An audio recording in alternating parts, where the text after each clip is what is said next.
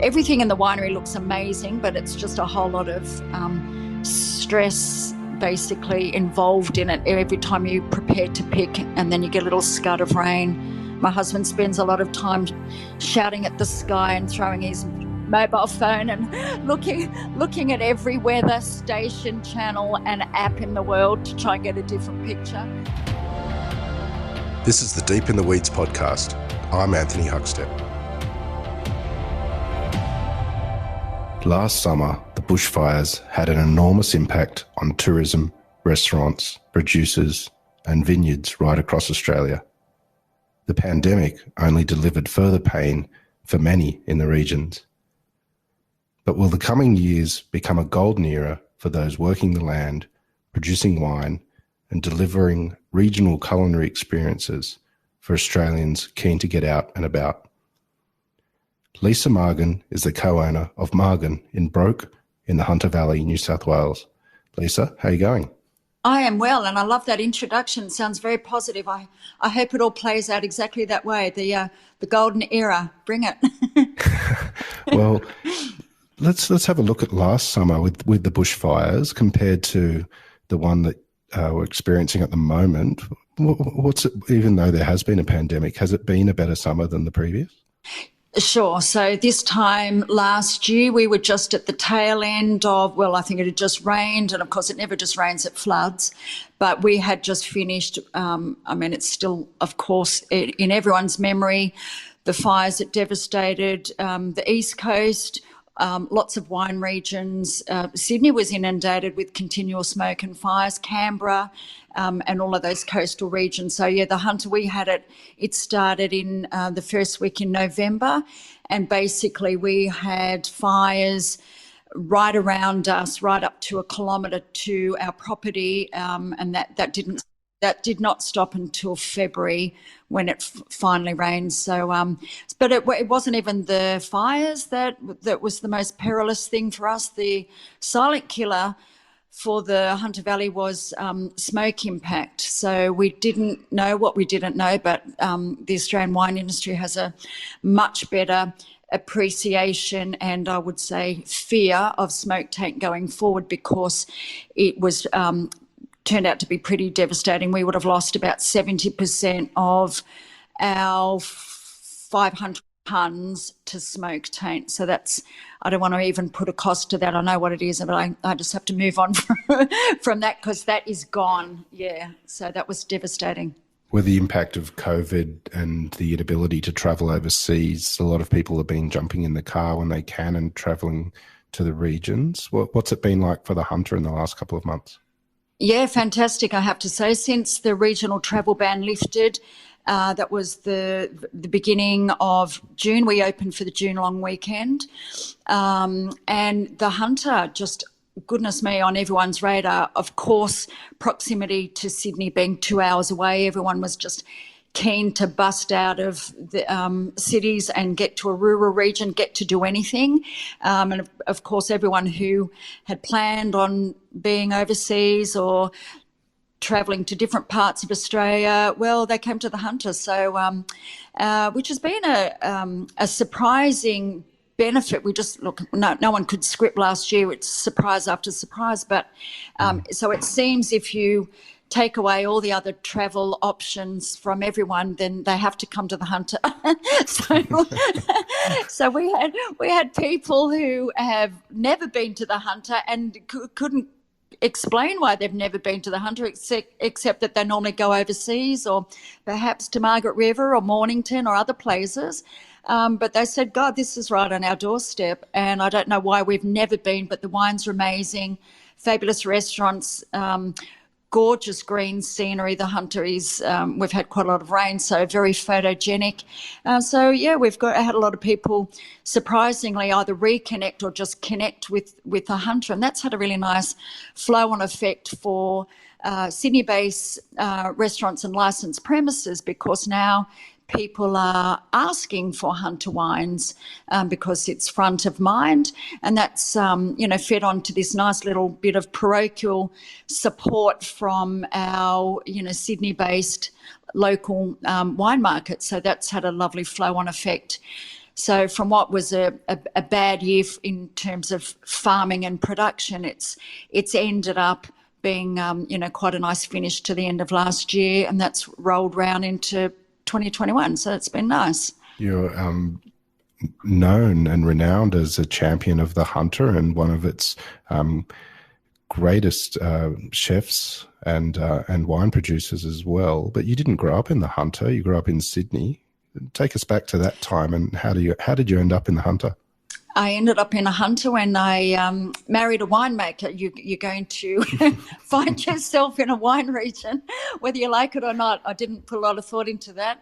Love works like that, or doesn't work like that. But I met my husband-to-be at the bar. We both went to Hawkesbury Agricultural College, where we both did our degrees there. Met him at the bar there. I don't think either of us were drinking premium wine. In fact, I'm quite sure in the late 80s we were not. So met him. I was just training to be a high school teacher at the time, and he had done an agricultural degree, and then was following up with a degree in environmental health. But he had a long connection with the Tyrrell's family. His own parents had vineyards in the Hunter in the late 60s and 70s. So as a child, he got to know the Hunter Valley through that, basically being dragged up there every weekend. And that property was right next door to the Tyrrell. So he subsequently basically took an apprenticeship, a hands-on with the late, great Murray Tyrrell, who was obviously a great grower, but also farmer, in particular cattle, etc., etc. So he learned a lot about the land from Murray Tyrrell and connected with that. So then, we married and moved to the Hunter, bought a property, and I came to the Hunter. I had always wanted to be a chef, but my parents wanted me to get a uni degree, so hence the teaching. But that was, I taught hospitality and also science. Taught that as well when I came to the Hunter, but thought, okay, I'm in a wine region now, and with wine goes food, so I'm going to go and start a chef apprenticeship. So I did. Wow. Yeah, I did that with Robert Molinez, who at the time had his restaurant, the Cellar Restaurant. He now is still on the pans, unbelievably, at almost 70, at Bistro Molinez, which is a beautiful restaurant in the Hunter. So retrained with him, did that for a couple of years, and then we both moved to France. We moved to Bordeaux. Andrew made wine, and I progressed with my cooking career there. So we did that for a few years. Well, we don't have the chance to go over to Bordeaux at the moment. No, sad. paint a picture of that time for us. And you said you were cooking, and he was learning to make wine over there. What was it like over there? What sort of things were you cooking? What sort of access did you have to produce?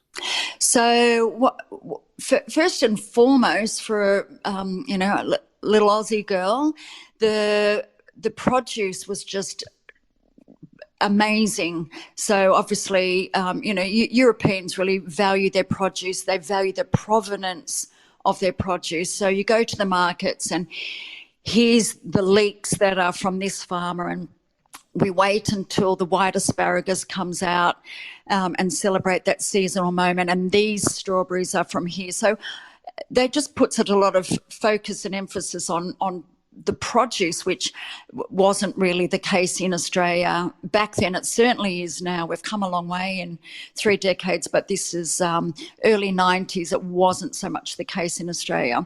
So that was a real eye-opener for me. Respect for produce, respect for provenance of the produce, and for the season. So wait till that produce comes into season, get excited about it, look forward to it, be sad when it's over, but you'll welcome the next thing. So don't, as a consumer, just demand that, year-round access to that produce just because you like it. So that was probably a big thing that I learned.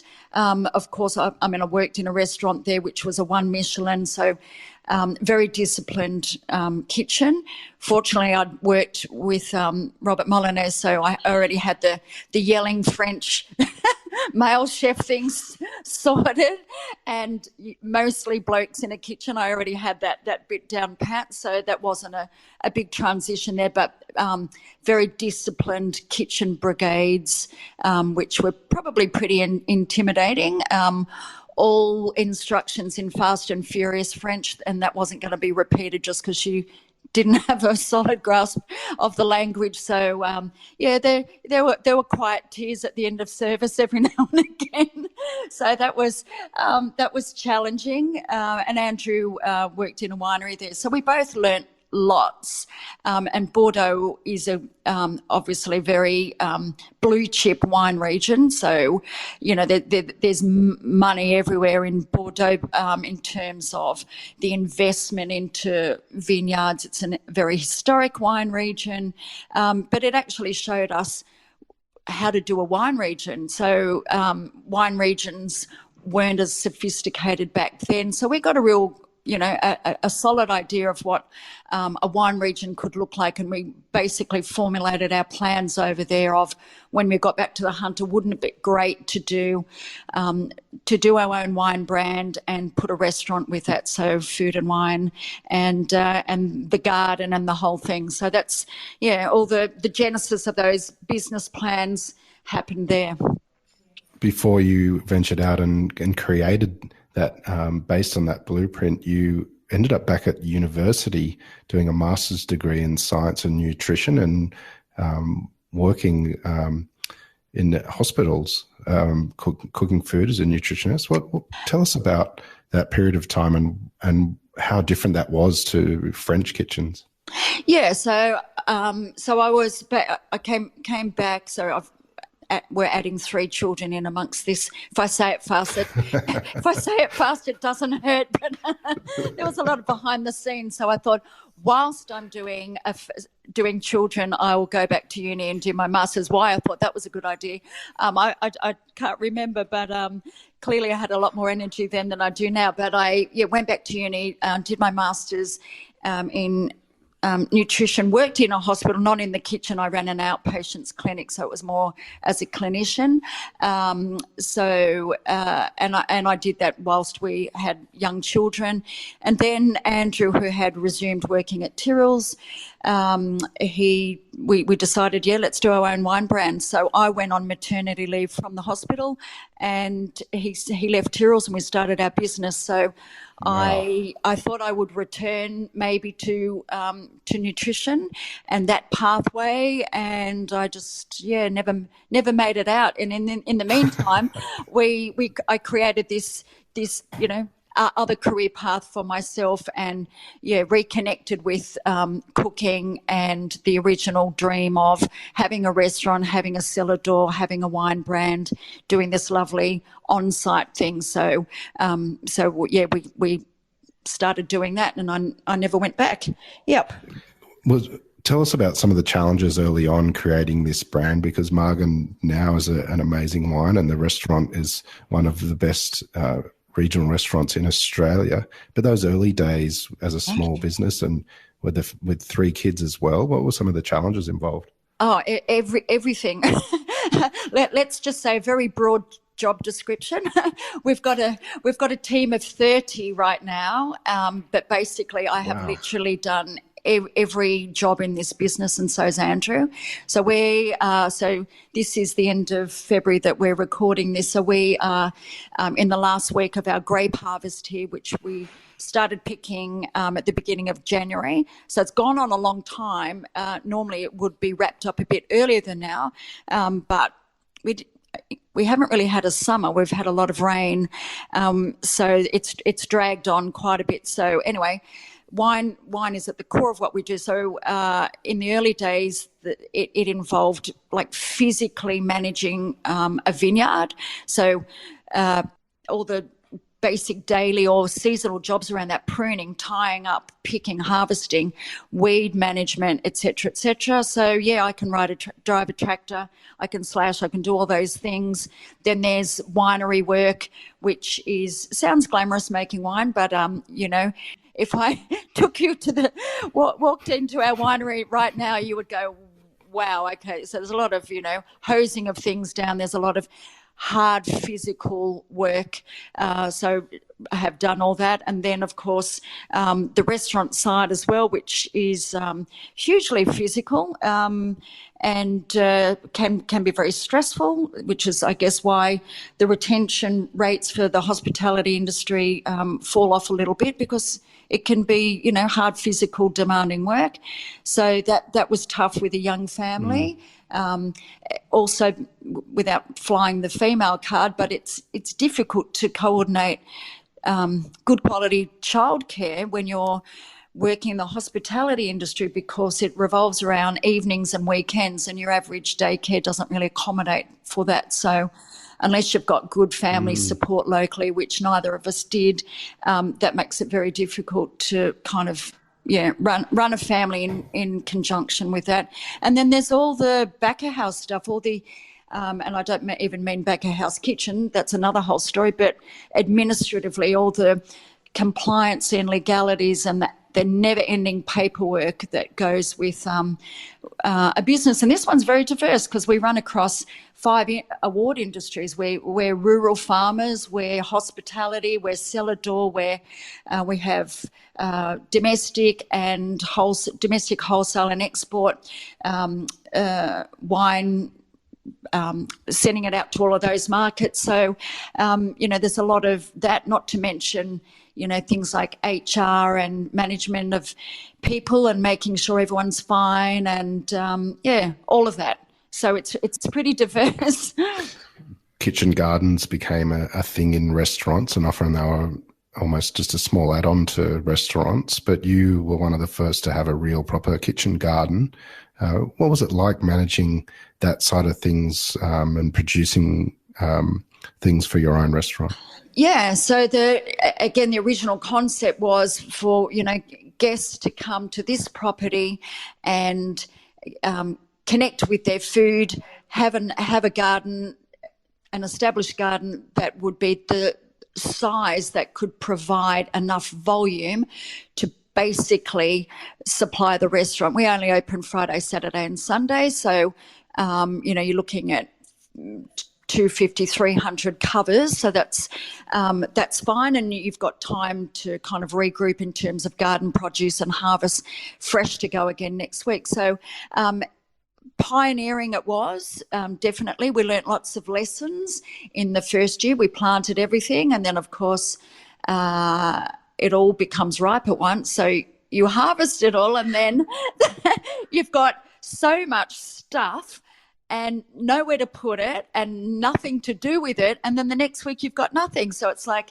well, that's not going to work. So we pretty quickly learnt hard lessons in terms of stagger planting. So now, for example, we've just finished our summer corn, but we can get we've got a glass house, so we can get seedlings going in the glass house, so we can get them into the ground the minute the winter frosts go. Then we just have this continuity of planting. So literally every week we're planting a new row, so that once we start harvesting kind of around Christmas, then we'll get continuity every single week running through until like literally about now. Same with all of our summer produce, same with all of our seasonal produce. So we learnt that. We also learnt the bit about frost sensitivity. So, if you put a lettuce in your freezer, you'll see what a snap overnight frost will do to your garden. So we learned that, frost-sensitive things, you have to be careful around the timing. We've learned a lot about seeds, viability of seeds. We try and collect our own seeds from successful planting. So, for example, if that crop of whatever was particularly tasty, gather the seeds from that, because it's just Darwinianism, survival of the fittest or the survival of the tastiest. We'll save seeds from that.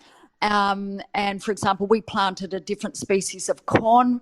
We bought some beautiful organic seeds, because that garden is all run organically, and they were hopeless. So the produce was not great. So it's fine to say you grow it yourself, but unless it's of beautiful quality, then what's the point? Otherwise, you have to sort of put it on the plate and apologise a little bit. So, so we ended up making delicious polenta with that. We dried that corn out, ran it all through the meat mincer, and made gorgeous polenta. So, so that's what we did with that. But yeah, the kitchen garden, you know, a lot of people are getting on board with that, which I think is fantastic. You know, the more we grow ourselves, the better.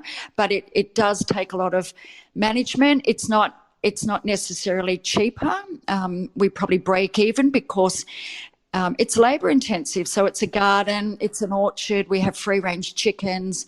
We have estate reared lambs. We've got about 50 of those on the go. Beautiful Suffolk lambs, beehives, olive groves. But all these things are really labour intensive, and labour's expensive.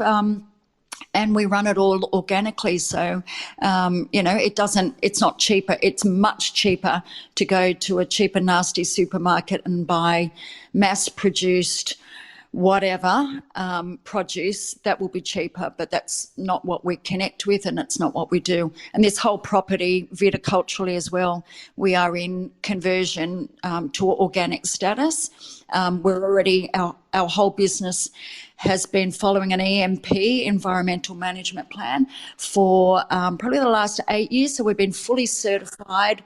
Yeah, it's quite a commitment. So we've been fully certified with that for the last 5 years, and we've just finished our audit that happened just before Christmas. So that refreshes our certification. So we do little happy dances when we pass our audit because, yeah, they're not easy to pass. They're very stringent, and they should be, because I hate it when people just make shit up about what they do. So it rips off those who follow those sort of organic or biodynamic pathways or sustainably farmed whatever. It does undermine that process if people just make that up and that they don't really do the proper things. So, with a history of learning French technique and using Australian ingredients and now growing your own produce but having that real connection with produce, how much does that dictate how you cook in the kitchen? And can you give us an idea of a dish or two of what sort of exemplifies your cookery? Yeah, so I mean, obviously I'm a chef, but I don't take the head chef role anymore because I would never get anything else done. So I'll always have a great head chef to lead my kitchen. Food style, look, it's my food style. It's the house style of this business, and this restaurant's now 14 years old. So there's, you know, sustainability just to still be in business in hospitality for 14 years. So the food style has evolved over time. I would define the food style as agri-dining, so agricultural dining. Whatever we can grow, we can showcase that. So we write menus around what we're harvesting. So our head chef, Joey Ingram, myself and Gino, our wonderful Sicilian Italian gardener. See, you have to trust him on that, don't you? He's from Sicily. They know these things. So we'll walk in the garden every week, have a look at what we're harvesting, have a look at lead times of things or how much produce we're still running with, and then we will just shape our menu around that. So we'll update our menu every week, subbing things on, subbing things off. So, for example, figs, we're at the business end of figs at the moment. I had a great crop over. We've got about 8 to 10 mature fig trees, so masses of figs. So that's fig paste, it's fresh figs, it's dried figs, it's in savoury aspects, in dessert, etc., etc. But they'll finish probably, maybe we'll pick this week and next week, and then that's over. So then we'll put something else on. So we're then moving into autumn harvest. So I was in the garden this morning. We've got lots of citrus that will be a little while away. We've got beautiful finger limes that will be ready in about a few weeks. So we'll probably toss those through a lovely blood orange curd and do a little deconstructed pav or something like that. We've got beautiful persimmon on the trees. They're about 4 weeks away. So all of those lovely autumn fruits. Quinces are ready to pick, so that will be in savoury and sweet applications, and then quince paste, etc. So that's how we roll. So the food style needs to be dictated by that. Again, running with that organic thing. I don't like to play around with food too much, and again, that's my nutrition background coming into it. I like to focus on the integrity of the food as it's produced. And, as I say to our kitchen team, prep for this dish started 3 months ago when we've putting seeds into the ground. So that's when preparation starts. So you don't have to play around with it too much once you get it. You don't have to deconstruct something and then do 20 things to it to make it taste like the thing that it was, and then reform it to make it look like the thing it used to be. Just start with good produce, make it tasty, make it, food that people want to eat, make it beautiful on the plate, compose that dish to make it look lovely, make it look like something you're not going to get at home, but, don't do too much with it. I don't love sous vide cooking lots, although I love the control around it. I love the consistency, and it's pragmatic and all of that sort of stuff. But really cooking in plastic bags, there's a big carbon footprint around that, and also dioxin transfer out of plastic bags. No one can give me a good answer on if that's a bad thing or not. So, we try and minimise all of that in our kitchen as well. We'd love to invest in cooking over coal. That will be a whole kitchen refit or something. But something like that. But that's the food style. Let it speak of its provenance, and focus on the quality of that. And I hope people respect the food style, that it's clean food. It looks beautiful on the plate, and it tastes tasty. Yeah. You mentioned early on in your career that it was very male-dominated kitchens, and you also spoke of some of the challenges in being a mother and trying to be a head chef as well at the same time. You're a founding board member of Women of Hospitality organisation. Can you tell us a bit about that and the importance that it has for the industry? Yeah. Proud to be on that. That's been going for about 3 years now. We've had a little bit of a, break during COVID in not being able to run as many events as we would like, but we continued to run a pretty strong mentoring program, which was interesting because we connect with seniors in the hospitality industry, and I'm continually surprised to find I'm these days a senior, but I've got 3 kids, and they've all seemed to have finished university, so I guess I must be a senior. And I think in the hospitality industry, it's almost like dog years when you're a senior, because so it's important as a senior, I guess, to give back to the industry, to support those coming up through the industry. Obviously, last year's a lot of challenges. Poor old hospitality industry, I think, has really been smashed and in tatters. So even being able to run our mentor programs through that, I mean, I personally was mentoring someone in a restaurateur in Victoria, God love her. So we basically started that mentoring relationship, and then lockdown happened pretty soon after that. So I'm supposed to be the mentor and the leading light, but I kind of rang her when we all got closed down, and the phone call was a bit like, oh my God, my restaurant's closed down, I don't know what to do. Oh my God, my restaurant's closed down, I don't know what to do. So it was almost like blind leading the blind through these uncharted waters of what is a lockdown, and you've got to stand your people down, and what does that mean? And when will we be employed again, and how does that work? So that was that's all connected with women in hospitality. So I believe in giving back, and it takes time, and sometimes I think, oh God, I need to spend a few more hours on my day job. And I'm deputy chair of the Hunter Culinary Association, which is our peak culinary body in the hunt, and we do a lot of supportive apprenticeships. We run scholarships, a lot of events around networking and support. So, sometimes there's a lot about other things, and I get a bit behind in my day job. I've got to sit up late and do my own homework. So, but I believe that's important, and we do have a responsibility for that. And hopefully that just contributes to making the hospitality industry stronger and viable. Yeah. And providing good career paths, the awareness that you can have a job in hospitality. It's a job that you choose, not just something you do while you're waiting to come up with a proper job. And it's got a clearly defined and well remunerated and well respected career path. That's what I believe in. You mentioned a little earlier that the grape harvest was a little later because of the rain. What sort of impact will that have on the wines that you'll produce? Can you tell what might come to fruition with that? Okay, so lots of rain for anyone harvesting anything right at harvest time is not what anyone wants. If you grow wheat or whatever, have an orchard or whatever, you just don't want rain while you're trying to pick. Number one, because the produce is vulnerable. It's perfectly ripe at that point, so it's vulnerable. The skins are thinner, so you, in terms of grapes, or any fruit, that fruit is more susceptible to mildew and mould disease issues.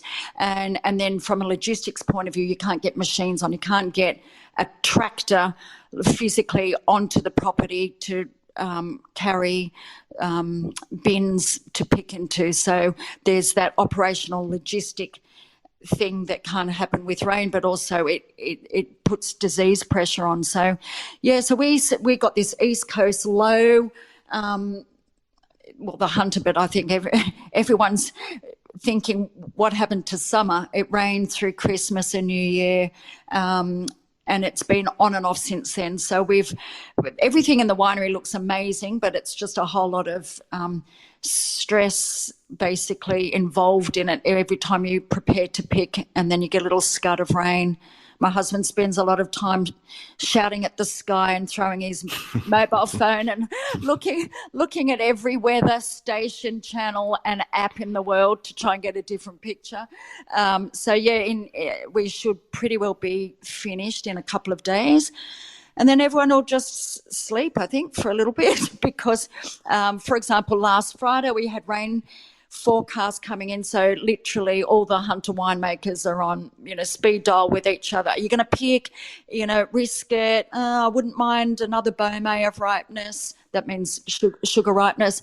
I know, but this weather's coming in. So all of a sudden we picked 70 tonnes in 20 hours. So my husband was on a tractor for 20 hours and 2 in the winery put through that almost single-handedly. So they didn't get to bed till 4:30 in the morning, and so that was just a hell of a day, but we got it all in and then it poured. So that is farming. Who'd be a farmer is a saying. At the top of the show we talked about whether or not there's going to be a golden era for operators in the regions. What's your thought about that and your sense for the next year or two? Well, firstly, I would love people to reconnect with rural regions. It's great to do a road trip and just have a look at, inland Australia a little bit. It's the heart and the soul of this country. Real people doing real things, and you get to just see all of that. So tourism to wine regions, I will say New South Wales wine regions, but I'm sure it's true everywhere. It's been great, and again, whilst no one lets us off this island that we're on, which is Australia's a lovely island to be stuck on, I have to say, but, whilst no one can do the international travel and whilst interstate travel is still a little bit start-stop, it's just been great for people to reconnect with their backyard. Having that lovely parochial support has meant a lot to farmers, right at a time where they've, had not just a hard year, but there was 3 years of hard drought before that is now just a distant memory because everything's so green at the moment. And it does sound like us farmers are fussy. You know, we want the rain. Oh, no, not too much now. I don't want it today. I'd like it after we pick that. A little bit of moderation, somewhere between hard drought for 3 years and floods would be really nice. But, you know, it's great for people to be, you know, supporting Australia, actually, supporting Australian farmers. And, you know, we've seen what's played out with you know, trade or exporting to China when farming gets tangled up with international diplomacy, and then in a heartbeat, you know, livelihoods are lost and no one wants wine to China, or it's difficult now, or barley or beef or lobster or whatever the thing is.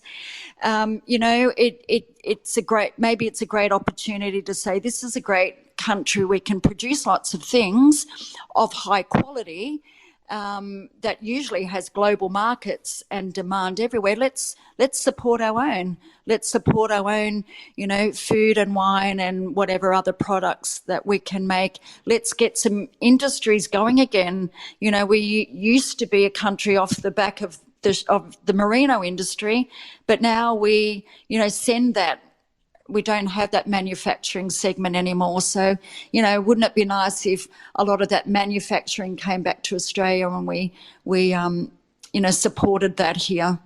That's my dream. That'd be nice. Well, amazing, and amazing to talk to you, Lisa. An extraordinary chat today. We've loved having you on Deep in the Weeds. Let's hope that a golden era is what's in place in the next couple of years, and we'll catch up and talk again soon. Delightful. Great to talk. You have a great day. This is the Deep in the Weeds podcast. I'm Anthony Huckstep. Stay tuned as we share the stories of Australia's hospo community, suppliers and producers in search of hope during this pandemic. Special thanks to executive producer Rob Locke for making this all happen. Follow us on Instagram at Deep in the Weeds Podcast, or email us at podcast@deepintheweeds.com.au. Stay safe and be well.